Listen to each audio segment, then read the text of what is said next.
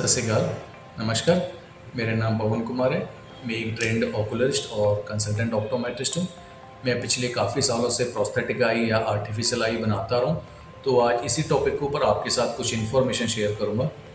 देखिए, जब किसी पर्सन की एक आँख की रोशनी परमानेंट चली जाती है तो ये उसके लिए बहुत बड़ा सेटबैक होता है। लेकिन ये एक त्रासदी में भी बदल जाता है जब वो आँख बाहर से दिखने में ख़राब दिखाई देती है, यानी दूसरी आँख के साथ मैच नहीं करती। या तो आँख श्रिंक होकर पीछे की तरफ चली जाती है या फिर बड़ी दिखाई देती है। ऐसे केसेस में कॉर्निया भी इरेगुलर और डिस्कलर्ड दिखाई देता है। ज़्यादातर केसेस में इन्फेक्शन होने के बाद या आँख में चोट लगने के बाद ऐसी कंडीशन बनती है। कई बार जन्म से ही एक आँख पूरी तरह डेवलप नहीं हो पाती और वो छोटी रह जाती है, या फिर कई बार आँखों के पिछले हिस्से में ट्यूमर होने की वजह से पूरी की पूरी आई बॉल को निकालना पड़ जाता है। तो इस सब का रिजल्ट ये होता है कि बाहर से चेहरा दिखने में ख़राब दिखाई देता है इस ख़राब आँख की वजह से। तो ऐसे लोग हमेशा काला चश्मा लगा के रखते हैं, अपनी ख़राब आँख को छुपा के रखते हैं, लो कॉन्फिडेंट फील करते हैं, कहीं सोशल गैदरिंग में भी पार्टिसिपेट नहीं कर पाते। कई लोगों को प्रॉपर जॉब भी नहीं मिल पाती है और बहुत बार देखा गया है कि उनकी सही टाइम पर शादी वगैरह भी इसकी वजह से नहीं हो पाती है।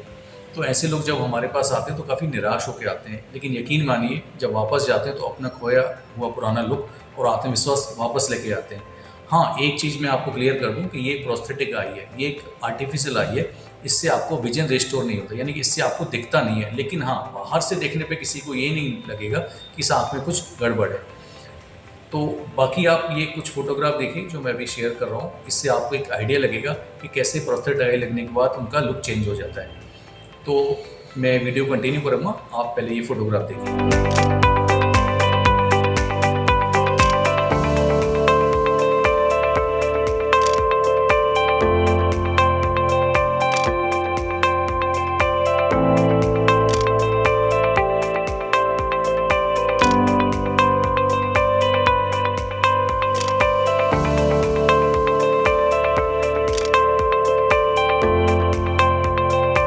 तो देखा आपने, ऐसे केसेस में हम कस्टम मेड आर्टिफिशियल आई उस खराब आँख की जगह पे आई सॉकेट में फिट कर देते हैं। ये आँख को बनाने में 7 से 8 घंटे लगते हैं। ये एक नॉन सर्जिकल प्रोसीजर है जिसमें कोई पेन वगैरह नहीं होता है। सबसे पहले हम आँख का मेजरमेंट लेते हैं और उसका एक वैक्स का मॉडल तैयार करते हैं। फिर हम वैक्स के ऊपर साइज जितना हमें बड़ा छोटा करना है वो कार्विंग करके एडजस्ट करते हैं। इसके बाद हमें जहाँ काली पुतली बनानी होती है वो एरिया का हम सेंट्रेशन लेते हैं, यानी कि आँख देखने में बहंगी या टेढ़ी नहीं दिखनी चाहिए। इसके बाद हम उसका एक फाइनल मोल्ड तैयार करते हैं और उसको एक्रिलिक में कन्वर्ट करते हैं। ये आँख एक्रिलिक की बनी होती है। कई लोग कहते हैं पत्थर की आँख, पत्थर की आँख। पत्थर की आँख नहीं होती है, ये एक्रिलिक की बनी होती है, जिसको हम बोलते हैं पॉलीमिथाइल मेथाक्रिलेट।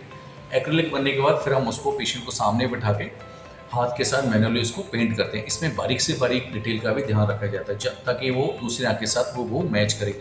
अगर किसी आँख ज़्यादा पीली है तो हम उसी हिसाब से कलर को एडजस्ट करते हैं। कई ज़्यादा ब्लड वेसल्स हैं किसी में, तो हमें उसी हिसाब से ब्लड वेसल्स बनानी पड़ती है। तो इसमें हर डिटेल का ध्यान रखा जाता है। पेंटिंग होने के बाद फिर हम उसको फाइनल लैमिनेशन करते हैं और फिर पॉलिशिंग करके हम उसको डिस्पेंस कर देते हैं। ये रेडीमेड आई या स्टॉक आई से पूरी तरह अलग होती है। कस्टम मेड आर्टिफिशियल आई को डेली निकालने की ज़रूरत नहीं पड़ती है। आप इसे काफ़ी टाइम तक लगा के रख सकते हैं। ये आँख दूसरी आँख के साथ कोऑर्डिनेशन में मूव करती है, पलक भी झपकी जाती है और इसकी ड्यूरेबिलिटी काफ़ी होती है, यानी कि आप इसे सालों साल यूज कर सकते हैं।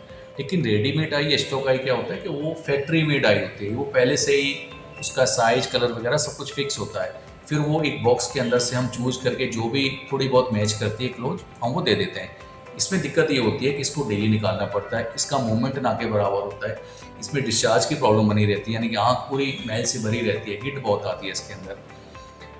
थोड़े टाइम अगर आप 4 या 5 साल इसको लगा लो तो धीरे धीरे करके अंदर सॉकेट के अंदर चेंज आने शुरू हो जाती है और आँख जो सॉकेट है वो श्रिंक होना शुरू हो जाता है।